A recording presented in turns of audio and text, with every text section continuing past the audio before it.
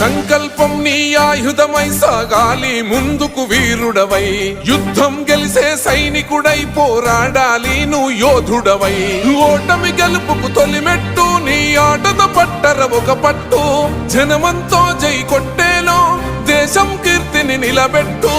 ఏ కష్టం నిన్నాపదురో కృషి ఉంటే నువ్వు ఋషివేరా.